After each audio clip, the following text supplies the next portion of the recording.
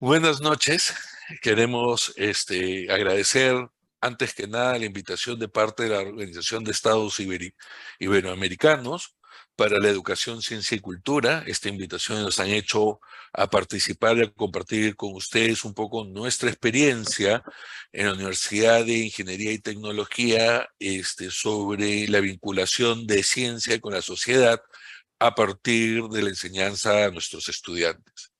Quizás empezar compartiendo algunas ideas que nos contextualizan un poco en lo que estamos haciendo desde la Universidad de Ingeniería y Tecnología, ¿verdad?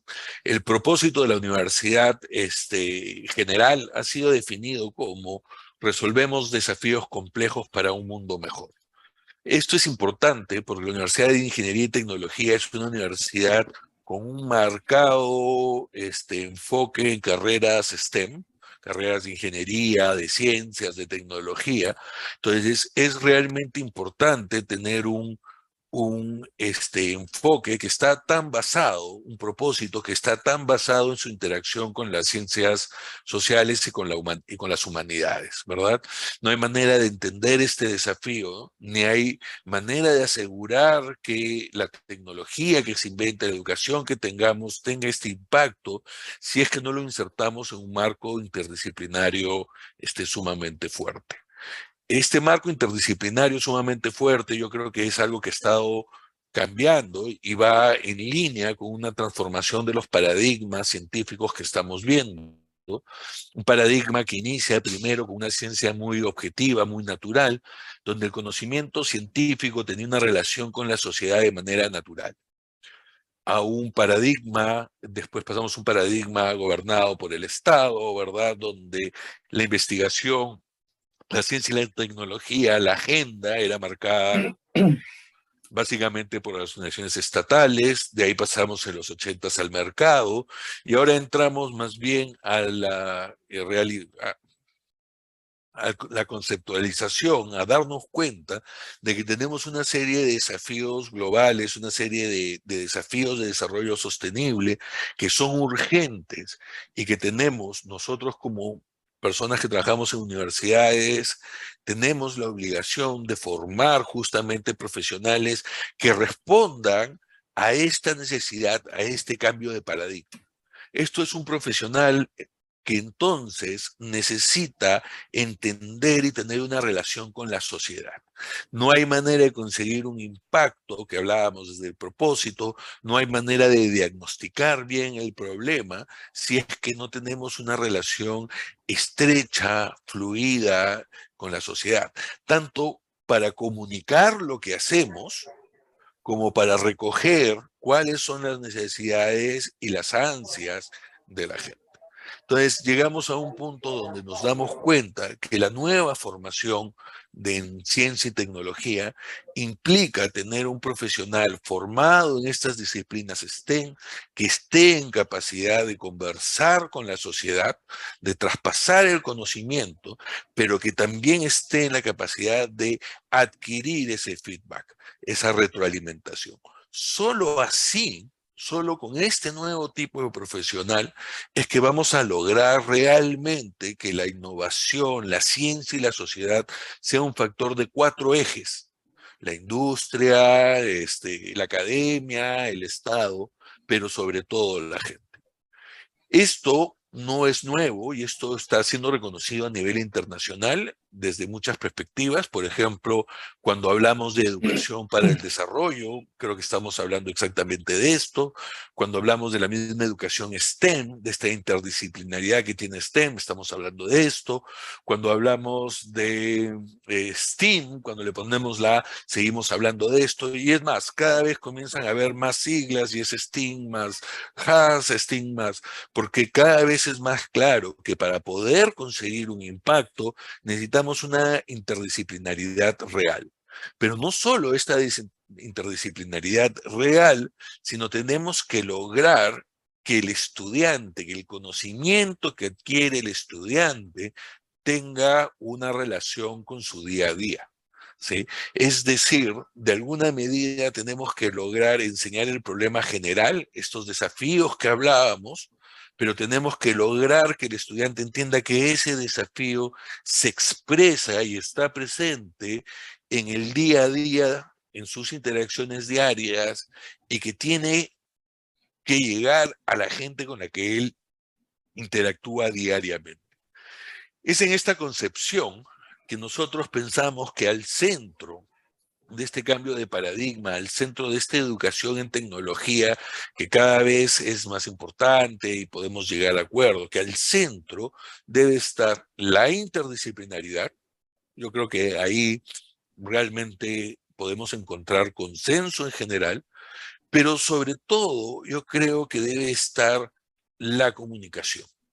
La comunicación con la sociedad, no solo en términos de la capacidad de hablar bien, no solo en términos de la capacidad de escribir bien, no comunicación como habilidad blanda, sino comunicación como una forma de entablar una relación real con el contexto social que está. Un alumno que entiende el problema global lo lleve a lo concreto, un alumno que pueda agarrar a la gente que tiene el problema en lo local y pueda ponerlo en circunstancia de lo global. Esto suena muy interesante. Yo creo que no somos la única institución de alta educación que está apostando por esta mirada interdisciplinaria. Lo que queremos exactamente acá es ir un paso más allá y compartirles una experiencia puntual, donde hemos conseguido que el alumno entre justamente en esta dinámica de comunicación, que entre en esta dinámica de generar un conocimiento elevado, académico, disciplinario, transformarlo dentro de un lenguaje interdisciplinar y poder alcanzarlo a la sociedad. Es en esta experiencia que queremos enfocarnos ahora, y en función a esta experiencia me gustaría darte paso, Serapio, para que nos cuentes un poco más este curso y esta experiencia de divulgación científica que armamos con los estudiantes de acá de la Universidad de Ingeniería y Tecnología. Bien, gracias, Giancarlo. Gracias también a los organizadores, a toda la audiencia de Latinoamérica, ¿no? Sí, el curso, como bien comentabas, se dirige a los estudiantes de ciencias para poder comunicar ciencia y tecnología, ¿no? El curso se titula Periodismo de Ciencia e Investigación. ¿Qué hacemos en el curso, ¿no? ¿En qué consiste? Eh, los científicos, científicas, normalmente están habituadas a un marco conceptual, ¿no? A una investigación, a un lenguaje científico, a escribir papers. Y cuando esas informaciones, esos contenidos es conducido al periodismo, en la ciencia a veces hay una resistencia, ¿no? Uno siente de que su trabajo está bajando de quilates, ¿no? Porque aparece en un lenguaje más simple, ¿no? Se piensa que se pierde contenido. Entonces nosotros lo que trabajamos es eh, cómo esa información compleja se puede trabajar de tal forma que pueda llegar a audiencias más amplias. Y esas audiencias no implica necesariamente personas no académicas, sino también personas académicas de otras carreras. Entonces, en este sentido, ¿qué hacemos? No, básicamente, trabajamos varios productos, ahora voy a mostrar algunos ejemplos, pero varios productos comunicativos, ¿no? Artículos, reportajes, podcasts, ¿no? Toman otros formatos. Y ahí trabajamos algún tipo de lógica común, ¿no? Para comunicar ciencia, de tal manera que no importa qué tipo de formato adquiera la comunicación de la ciencia, mantenga una lógica común, ¿no? Entonces, ¿qué experiencias hemos tenido, no? Básicamente, trabajamos sobre el recojo de información de investigación local, también internacional, ¿no? Pero básicamente local. ¿Por qué razón? En los países de Latinoamérica, aún teniendo en cuenta las distancias con los países desarrollados, se producen buenas investigaciones, ¿no? En Chile, Colombia, Bolivia, Ecuador, Perú y demás países, Argentina, ¿no?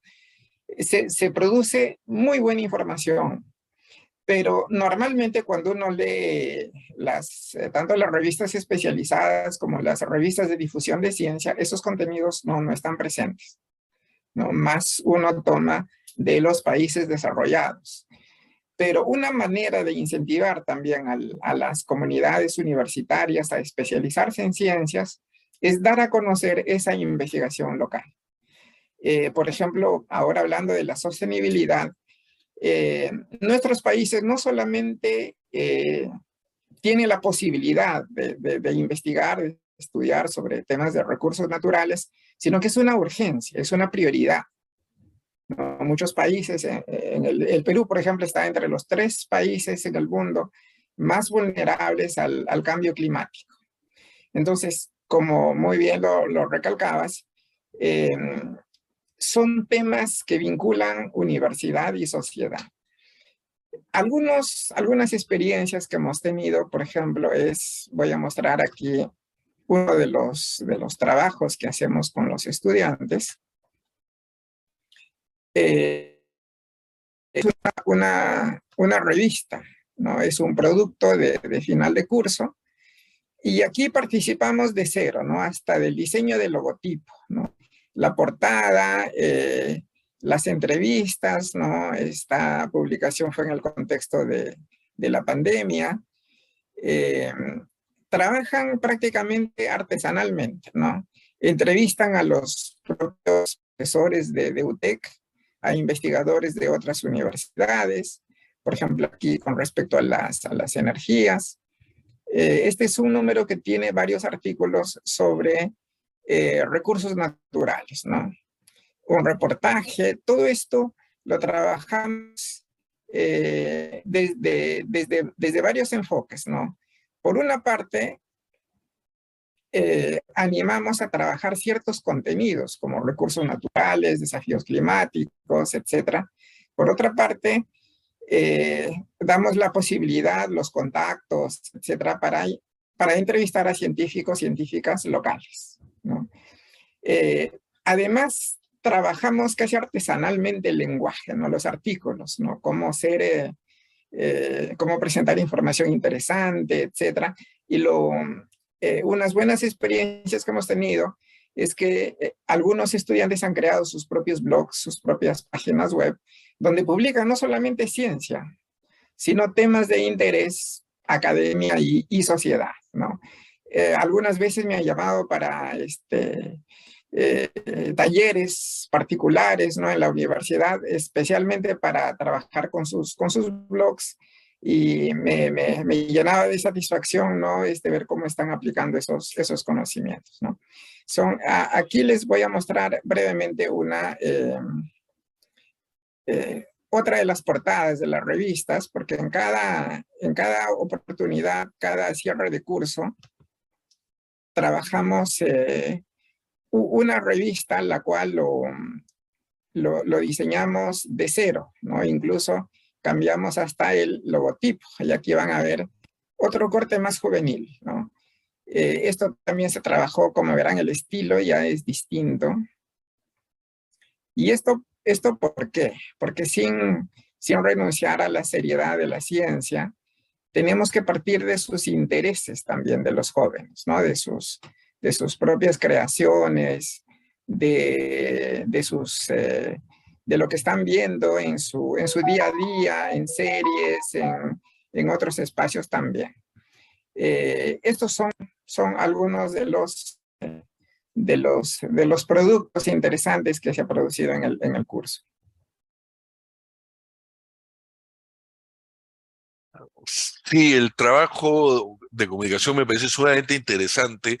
Yo te diría, un poco para profundizar un poco más, yo te preguntaría dos cosas. Una muy desde el alumno, ¿no? ¿Cuál ves tú que es lo que más le genera problemas al alumno? ¿Qué es lo que más le conflictúa al asumir ese trabajo de difusión de la ciencia? Y un segundo punto quizás sería, ¿cómo sientes tú que eso le cambió su percepción de ingeniero, de especialista en las ciencias de la computación? ¿Cómo ves tú esos impactos con el estudiante? ¿Cómo ves tú cómo se enfrenta él a este desafío y cómo lo cambia, ¿no? Bien, una de las constantes que hemos tenido en el curso, ¿no? Y esto pasa casi con todos los grupos de educación superior, ¿no? El hábito para redactar, ¿no? De manera fluida, sobre todo con respecto a la difusión de la ciencia, cuesta bastante. Es toda una rutina nueva que uno tiene que adquirir, ¿no? Entonces, la escritura propiamente, la redacción, es uno de los principales desafíos, no solamente para los estudiantes de ciencias, No, no, en para general, todos, ¿no? ¿no? Sí, sí. Ahora, me Y imagino que esto a sí, la vez genera también que ellos empiecen a valorar mejor el uso de las fuentes, ¿verdad? Porque tienen más apreciación sobre lo que lleva a generar un contenido de calidad. Esto también es importante dentro de un contexto donde cada vez es más difícil discernir sobre esos contenidos, ¿no? sí, y ahí, en este punto sí hay una ventaja por parte de los estudiantes de ciencias, porque un científico, una científica, puede aprender a difundir más fácilmente ciencia de la manera adecuada que desde el periodismo, ¿no? Es más difícil que un periodista aprenda a comunicar ciencia que un científico, una científica haga eso, ¿no? Entonces, ¿por qué razón? Porque en el esfuerzo por hacer más accesible el lenguaje científico, a veces puede haber imprecisiones. En cambio, las personas de ciencia ya no tienen ese problema. Aún así, ¿no? Aún así, eh, también trabajamos algunas formas como identificar fuentes adecuadas, ¿no? Incluso en las revistas de prestigio hay un porcentaje de artículos de baja calidad, que a nivel mundial incluso se publican rankings, ¿no? De las revistas de Estados Unidos, Europa, China, ¿no? Siempre Asia tiene el, la brecha más grande en ese aspecto, pero incluso en revistas de calidad los filtros no son tan buenos en algunos casos, ¿no? Entonces, por eso ahí trabajamos también verificar fuentes, contrastación de datos, etcétera. Pero la fuente más directa es la más interesante, la entrevista con los investigadores locales, ¿no? En algunos casos, la visita a sus laboratorios, ¿no? en UTEC, por ejemplo, la investigación con biotecnología, cultivo de células, tejidos y todo eso, ir a los laboratorios es interesante, ¿no? Ese es un punto a favor, ¿no? Porque tienen la ciencia a la mano, ¿no? Cuando uno está en la universidad es más fácil todo esto. Cuando se escribe desde un diario, desde una revista, es más difícil porque uno solo se queda con el paper. Y un poco yendo a la segunda pregunta, Serapio, ¿cómo crees tú que los transforma al final? ¿Cuál crees tú que es el impacto de mediano o largo plazo en este profesional que estamos sacando, que estamos formando, este ingeniero, científico, muy pegado a la tecnología, pero que ha pasado por esta experiencia de conectarse con la sociedad? ¿Cómo crees que influencia? ¿Qué has visto tú de tu experiencia haciendo este curso ya varios años, verdad? Sí, cuando abordamos otros temas, a veces en conversaciones más extemporáneas, se ve una capacidad para comunicar mejor, ¿no? Y esto, por ejemplo, ¿en qué se refleja? Como son estudiantes de ciencias, de ingeniería propiamente, no van a ir a trabajar a un medio de comunicación, ¿no? Ese no es el fin, pero sí tienen interés de escribir para enviar sus contenidos a los medios de comunicación. Y también les digo a veces para, por ejemplo, en el sector gobierno, cuando tengan que trabajar en determinados programas, en el sector privado, tienen que comunicar sus propuestas, sus proyectos a directorios, a gerentes, a quienes toman las decisiones. Y tienen que poder comunicar fluidamente y convencer, ¿no? Ese es otro punto importante. No es suficiente que la comunicación sea lógicamente estructurada, que pueda demostrar, sino también que pueda apelar, ¿no? Y por eso trabajamos otras áreas como a veces el humor, ¿no? A veces escriben elaboran una página en cómic, pero ahí están comunicando ciencia. O un podcast, etcétera, o hacen un análisis de una película, ¿no? Resaltando los temas de ciencia. Entonces, eso los capacita para vincularse con la sociedad, con sus espacios de trabajo, fundamentalmente, y con el público en general, ¿no? Respondiendo a la solicitud de una entrevista en un radio, en un periódico, eh, o también hablando en algún seminario o congreso, ¿no? Es decir, el impacto es que lo facilita, ¿no? Llegar a la sociedad, ya no con una ciencia compleja, seria, sino a partir de su nivel. Y un punto importante que comentabas al inicio, no solamente se lleva la investigación, sino que se recoge preocupaciones, se recogen necesidades, ¿no? Y eso se va a llevar a la investigación posterior. Entonces, la ciencia producida ya va a ser consecuencia de un diálogo. Me parece súper interesante un poco lo que decías al final, ¿verdad?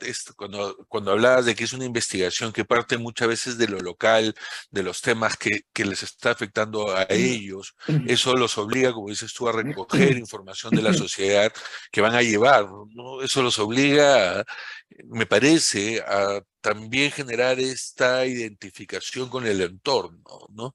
Un poco lo que siempre decimos, bajar de la torre de marfil al académico y llegar al día a día del visitante. Y nosotros queríamos básicamente exponer, uno, esta aproximación que pensamos que es un cambio que se está dando en la ciencia y la tecnología, en la educación en general a todo nivel, y que estamos viendo que es cada vez más importante establecer esta manera de comunicarse con la sociedad, ¿no? Que es ida y vuelta. Queríamos compartir esta experiencia que nos parece que es altamente replicable y sumamente interdisciplinar. No sé, creo que Serapio, tú mejor que yo terminas la grabación. Algunas consideraciones. Bueno, finalmente, ¿no? Invitar a todos los investigadores, investigadoras de Latinoamérica, si bien publicar implica producir papers, ¿no? Investigaciones serias, pero incluir a ello, ¿no? Algún elemento de comunicación hacia la sociedad, ¿no? Hacer disponible la ciencia que se produce para generar también interés, para generar empatía con los científicos, con las científicas, ¿no? Y recalcando nuevamente, recoger las preocupaciones, recoger las urgencias, las tendencias en Latinoamérica para llevarlo a la investigación. Un gusto y muchas gracias por darnos esta oportunidad. Muchas gracias a todos. Gracias, Serapio. Muchas gracias.